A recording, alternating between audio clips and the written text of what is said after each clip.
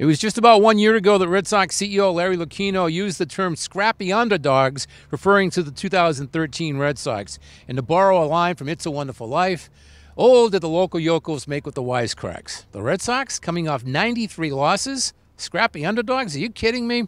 Well, then the Red Sox went out and played like scrappy underdogs, and they won the 2013 World Series.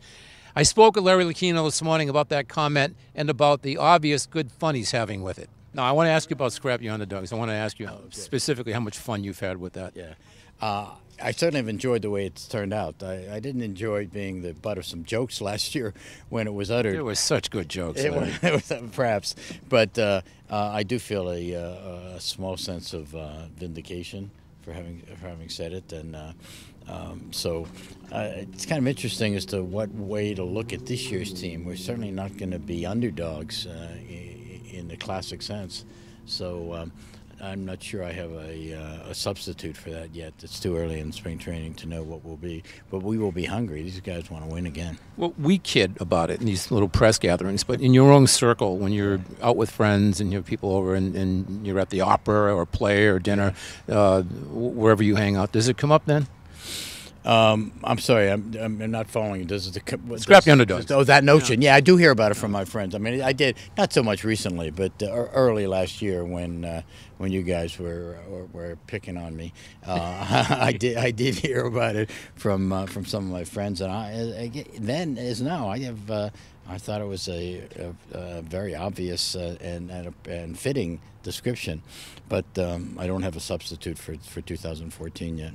In a general session with the media, Lucchino touched on a couple of other subjects, including Fenway Park, signing David Ortiz, and a Red Sox comparison with the New York Yankees. But we did have a chance to see David yesterday and have a conversation with him.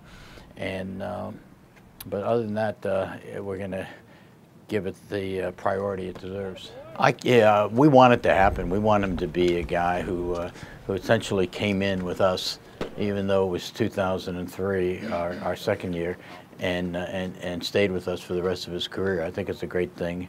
I know it's a great thing for us. I think it's a great thing for David, and it will be a great thing for baseball and for Red Sox fans. They are still, this year at least, relying heavily on their inimitable, old-fashioned Yankee style of high-priced, long-term free agents, and I can't say I wish them well, but I think that we have taken a different approach. Engineers and our architects tell us that 30 to 40 years was about the right life expectancy for Fenway in light of all that we have done recently to shore it up. I mean, a lot of the improvements that were made in the 10-year improvement project involved improving the bones of Fenway Park. We couldn't do some of the things we did on the upper levels unless we improved the structure at the lower levels.